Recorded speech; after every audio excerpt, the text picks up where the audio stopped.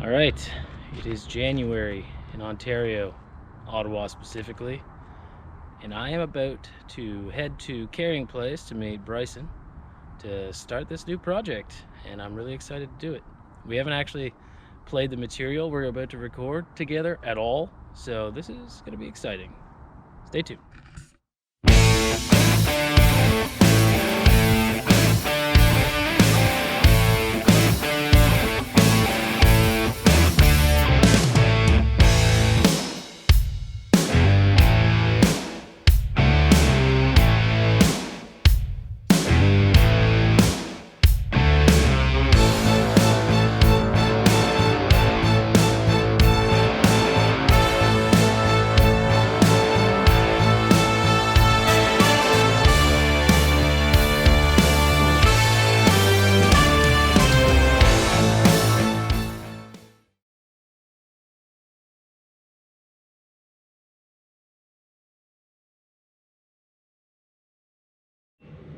That is handy. Right? I wish mine did that. Standing here. All I have is a phone. I can do that. In Bryson's kitchen, in where are we? What's the Carrying Place? Carrying Place. I said it earlier. It's weird. I was like, yeah, because you just moved here. Yeah. This is literally pre-production, so we're going to the studio tomorrow. Which is like awesome, like super hush hush. Nobody even knows about this really. Like. And we've never played these songs together before. Just send tracks. We just got through the confidential part of this, band agreements, all that fun stuff. So I don't know what I guess really there's a lot of legal stuff, to go through, and that's never fun. But part of what we want to do with this little documentary series here is actually to show you guys what it's like, what we're going through as a band starting in COVID times, but also as just a band starting with like serious intent. Yeah, very, very different from any of you guys know us from the Creekwater Junkies. This is we are drinking beers. You know us. It's pre-production, but this is very, very different project. Very, we're taking it seriously this time, not just drinking every day. Yeah.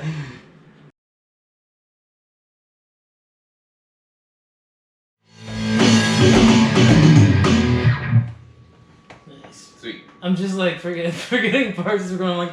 Oh, yeah. Yeah. Oh, yeah. Well, I completely forgot about that. I'm like listening to it in my head.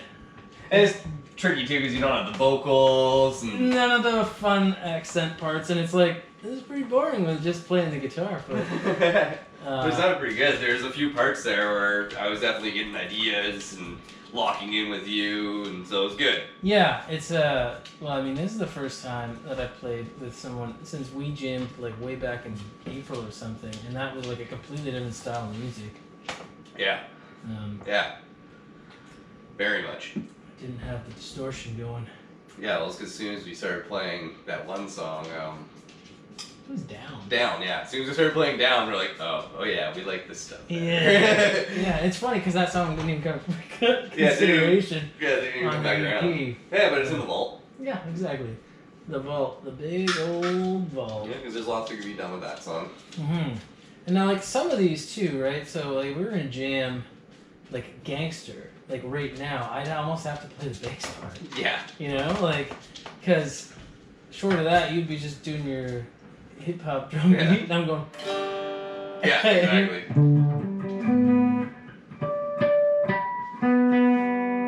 Which, I have trouble getting a good bounce off the kick, so don't be surprised if you don't really, if I don't have like the perfect little, for the hip hop beat. But when I was playing on my full kit, I was able to get a good bounce, so.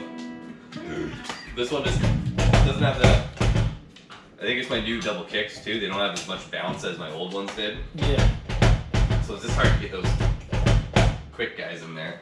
Yeah, I mean, it happens, right? Like, it's electric kit, and we're also playing, like, that's the one beauty of trying songwriting in such a different way. Like, we used to write songs in Creekwater where there'd, be the four of us sitting there, like, coming up with a riff. Yeah. And you jam on the riff, and everything would be built around the riff. Mm-hmm. And now, it's like, Well, I got some lyrics where I gotta, most of the time I write the lyrics first, honestly, and then, okay, I got a riff in mind, and then it's like, well, what kind of vibe do we want to give this song? And then you put the lyrics, you're like, all right, I like that, and I'd record it on my phone with it, like an acoustic or something, and I would hear how it sounds like, no. Or I'd have a riff, and then I'd be like, I got a vocal line with another line, and I think it could line up, and then you play it back to yourself, and you're like, it's too muddled, it's too complicated. So usually it's the guitar that will dumb down, because, that's not the way I ever wrote music before. Oh no, because we would just write the whole song and then sit down for like an hour and write lyrics all together, and then we go back, jam the song, make sure it works. And if it did, like we revise parts as needed, but for the most part, like that's how we did it. And like having a conscious effort of like, does this song need a bridge? Should it be a vocal bridge? Like that one we just did, that one part, like I was like, there needs to be a bridge here. I don't have anything ready for a bridge, but I'm also supposed to be sending Newcomb songs tomorrow. So I was just like, I'm like, I don't know if that even works. Like I just threw it in there. Yeah. I half expected it to be like, let's take that out, but we'll see. I kind of think it works now. I think it works. So I've always liked it. Yeah. It's gonna be so interesting. Let's try it. Let's just try a gangster, and I'll sort of switch between guitar and bass parts. Okay.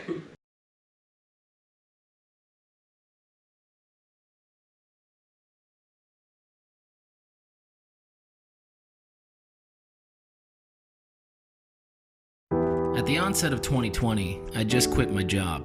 I felt unfulfilled, angry, and depressed at where my life had taken me. I'd accepted a new job in a new field, which I thought was the right move for getting my life and myself back together. But then COVID-19 hit, and the world stopped, and my new job opportunity disappeared with it.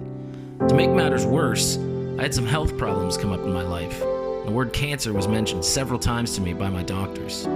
Waiting on a bunch of test results while stuck in isolation didn't do any wonders for my mental health. But it did force me to think, what if I did have cancer? What if I had to come to terms with the end of a life I didn't feel really began?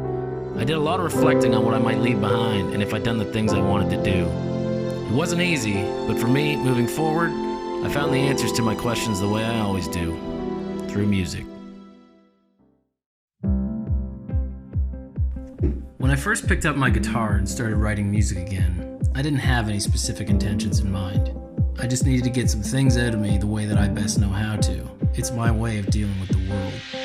Luckily though, I still had all the tools I needed to write and record any kind of music I wanted. And as a result, at first, musically the songs I was writing were all over the place. Some were happy, some sad, acoustic, country, blues, rock, metal. But over time, I started to hone in on something a little more consistent, and I thought to myself, maybe there's something here. Maybe some of these songs deserve to be shared and put out into the world. So I started tracking demos. Multiple guitar parts, bass parts, vocals, drums. The plan was that I was going to do everything myself, and when the time came to hit the studio, I'd hire anyone I needed to do the parts I wasn't able to play properly. And that plan worked for a while. The only problem was, I was just too damn proud of the music I was writing, and I needed to share it with someone. And that's when I called Bryson. Bryson and I had been on and off trying to do another project together ever since our last band, the Creekwater Junkies, broke up over 10 years ago. For whatever reason though, we were just never able to get anything else off the ground. When I told him about what I'd been up to, and I showed him the music, he was immediately on board, and we were back together again. We both decided though that based on our past experiences in the music industry, we wanted to do this band properly right from the start. So, with all the extra time on our hands, thanks to our isolation, we hit the books, and we hit them hard. Textbooks, audiobooks, podcasts, blogs, websites. If it was something that could teach us anything about music marketing, licensing, branding, or just how to be better at our craft, we soaked it up like a dry sponge. And then we got to work. We made plans and checklists with timelines and budgets for all the things we needed to properly put together not only the recording, but the release of a new band. We kept in touch regularly through video chat to make sure we were always on the same page. And at first, it was all just talk of something far in the distant future. But when we started crossing things off our list, we started having regular dialogue with Adam, our producer and recording engineer. We knew we were ready to go to the studio, even if we didn't know completely what was going to come out of it when we got there. And that brings us to what you're seeing now.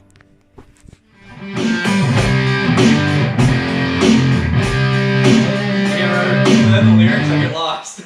That's actually gonna, like, I'm gonna have to have these songs sitting, like, on standby, because it's, again, trying to jam it out with no words. Mm-hmm. When I was actually recording the demos, what I would do is I would, like, get a piece together, and I would loosely just record the vocals over top of, and then write the parts with vocal, like, really bad vocals over top. Just because otherwise I'd lose my place. Yeah. This must be what AC/DC goes through. You know, where you're just like, the song. And you're like, how many times? How many times do we do that? 46, exactly. Yeah. And you're like, oh, okay, and you lose count. Somebody messes up. That's why you just choose gum. 1, 2, 3, 4. Yeah. 6. Well, I mean, that's it. Because, like, even in something that's a little shorter and easier to remember, right? Like, When the Thunder Comes, you're just like...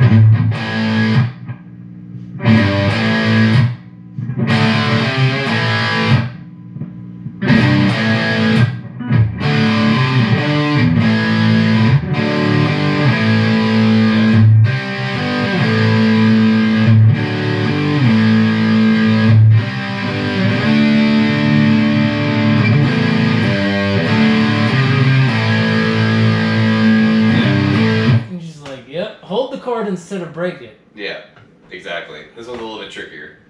Yeah, the good thing is, though, like, it'll be relatively easy to just piece together. Oh, I think so. Like, tomorrow in the studio, like, you were back, you've been in the studios a lot more than I have in the last 10 years. I assume tomorrow is like a tone day? Probably getting drums set up, tone. We might start working on some stuff. Nuke's pretty quick. Good. When it comes to tones. Like, I think we'll start working on one. We might not finish a song, but we'll start getting it. Like, yeah. I think we'll start tracking. Good.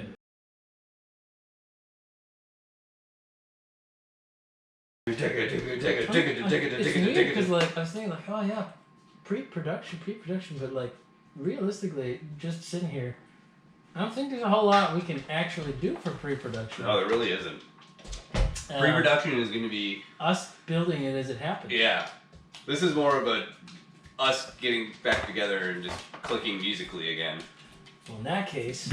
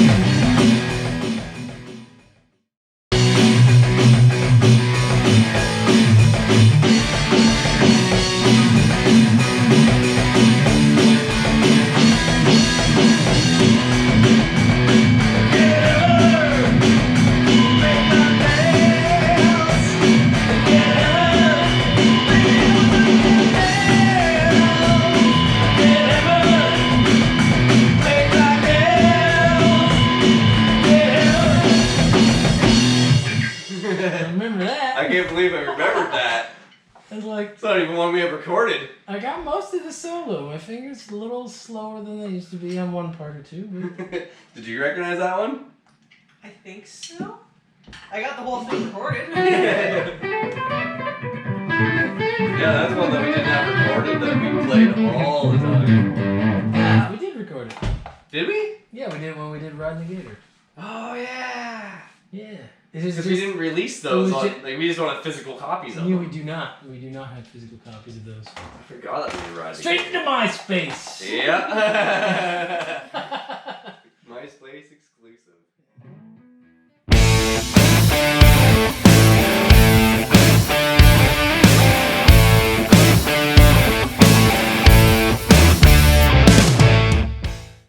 Going up.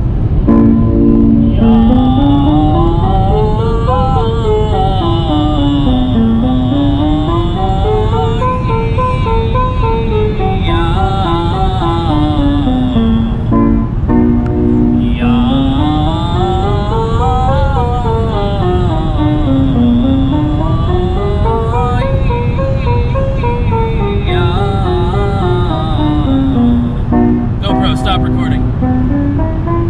GoPro, stop recording.